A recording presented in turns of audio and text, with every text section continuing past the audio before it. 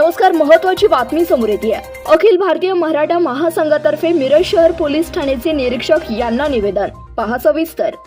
अखिल भारतीय मराठा महासंघाच्या वतीने मिरज शहर पोलीस ठाण्याचे पोलीस निरीक्षक श्री किरण रासकर यांना निवेदन देण्यात आले। या निवेदनामध्ये मिरज शहरात अनधिकृत व्यक्तींना गॅस एजन्सीकडून गॅस सिलेंडरचा बेकायदेशीर पुरवठा व वापर होत असल्याबाबत चिंता व्यक्त करण्यात आली असून या विरोधात तात्काळ कायदेशीर कारवाई करण्यात यावी अशी मागणी करण्यात आली आहे। महासंघाने प्रशासनाचे लक्ष या गंभीर विषयाकडे वेधत स्थानिक नागरिकांच्या सुरक्षिततेसाठी कठोर पावले उचलण्याचे आवाहन केले आहे। यावेळी विलास देसाई, विभागीय पश्चिम महाराष्ट्र अध्यक्ष ॲडव्होकेट पूजा जाधव, सांगली जिल्हा महिला आघाडी अध्यक्ष संतोष माने, जिल्हा सरचिटणीस दादासो पाटील, मिरज तालुका प्रमुख व अनेक अखिल भारतीय मराठा महासंघाचे कार्यकर्ते उपस्थित होते।